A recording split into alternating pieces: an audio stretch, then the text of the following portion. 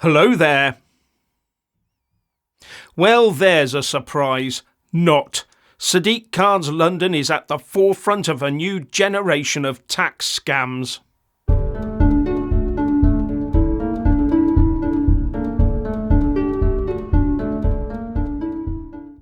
London really is turning out to be a testbed for the future taxation policies of the UK.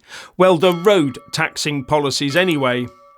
Yes, Londoners are about to find out how much more money their personal vehicle hating Labour mayor and the Labour Party are going to gouge out of their wallets in the coming years. And this relates to both doodling around in your car and parking it. And this will be even more expensive if you have no off-road parking of your own for your treasured runabout. But before I come on to all that, a warning. I sadly have to point out that there are scammers out there impersonating me, not only on this platform, but on other social media platforms too. And the same goes for other prominent creators too. Scammers will look for every single opportunity. These scammers will ask you to contact them or be offering up freebies, all designed to get you to hand over your personal information. Please do not fall for them. If it's not in the video or in a comment with the correct @ handle with a tick where appropriate, then it will be a scam. Please stay safe out there. Scamming and fraud is on the rise. And now back to Sadiq the Scammer Khan and his fleece the motorist policies. It's come to light from a series of Telegraph Freedom of Information requests that Sadiq Khan is investing 150 million quid in setting up a secret technology that will enable him to charge all vehicles that travel about London on a pay-per-mile basis. Now, many people have for a long time suspected that this would come about, and there have been plenty of glaring clues that indicate the direction of travel here. One glaring clue was in the Mayor's own 2018 transport strategy that said an integrated pay-per-mile charge could replace pre-existing schemes. But now we hear about a concrete plan, Project Detroit, that employs over 150 public sector and contract staff, some of whom are on massive salaries. A project that is designed to put all road pricing across the London area into one single road user charging platform. And inevitably, part of the design is to enable the system to charge all road users by the mile, should this or any future mayor decide that's what they wanted to do. And of course, Khan is denying he wants to do any such thing. So why is it being programmed in then?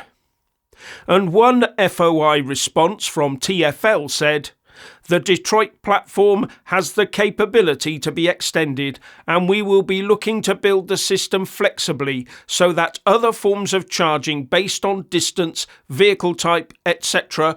could be catered for if a decision was made in future to do so."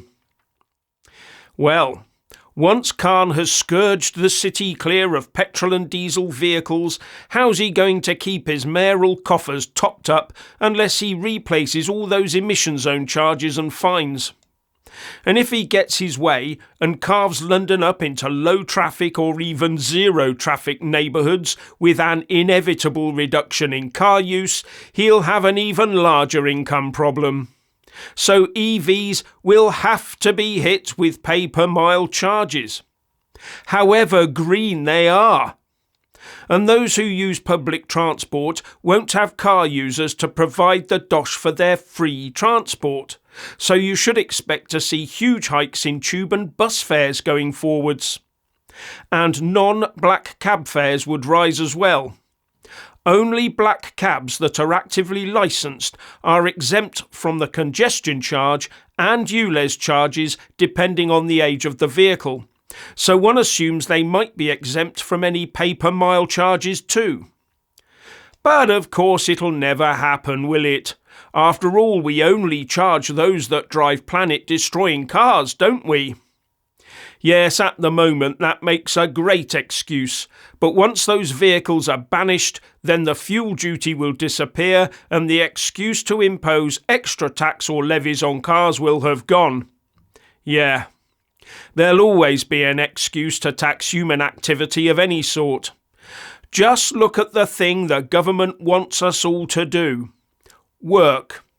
And that's taxed like it's the biggest evil on the planet. And the harder you work and the more successful you are, the more you are punished for it. And then look at who benefits from all that success punishing tax. And I think one Tory Assembly member, Peter Fortune, has it right when he says, Sadiq Khan can deny it all he wants, but it's pretty clear he plans to introduce pay-per-mile road user charges for every motorist if he wins a third term. And he pointed out that Khan had said he wouldn't extend the ULEZ, but went straight ahead and did it anyway. Although if memory serves, his Tory government wouldn't give Khan any extra money and told him if he wanted more dosh, then a ULEZ extension would do it. So the Tories are up to their armpits in it anyway. And I don't trust the Tories to backtrack on any of Khan's schemes in the unlikely event they win the mayoral election next year. In fact, as far as I can see, they've put up a no-hoper in the form of Susan Hall to ensure they fail. If you want change, the only realistic option you have is Reform UK's Howard Cox, who I had a chat with last week in a previous video. But it's not just pay per mile, there's parking too. This one comes courtesy of Labour's Westminster Council. Now remember that Westminster is within both the ULEZ and the congestion charging zone. But Westminster is going one further. They will be introducing emissions-based charges for both residents and visitors who drive their own vehicles into the area and park. But for some EV drivers, this will push up their parking fees 18 times higher. Yes, 18 times higher. From £1.93p a day up to £35 a day. And that is some hike.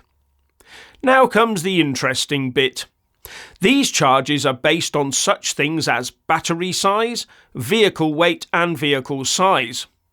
All because the bigger the battery, the heavier the vehicle and the larger it is, means that it damaged the planet more while being constructed than a smaller, lighter vehicle with a smaller battery did, as well as taking up more space on the road and causing more road damage and particulate emissions from tyres and brakes, even though fitted with regenerative braking systems. There you have it. Electric vehicles damage the planet, so must be taxed. Where have we heard all this before? Something people like me have been warning smug EV drivers about for years. And don't get me started on the lack of generating capacity to keep all those EVs on the road. At the end of the day, somehow or other, all the taxes collected via road use today will have to be transferred onto future road users, so running an EV will work out about the same in tax terms as a petrol or diesel car. Then it comes down to how much you pay for your electricity to charge your vehicle with. And I would hazard a guess that electricity prices will somehow remain buoyant into the future. And despite being clean, I doubt it will come tax-free. And now, away with you, and buy your heat pump.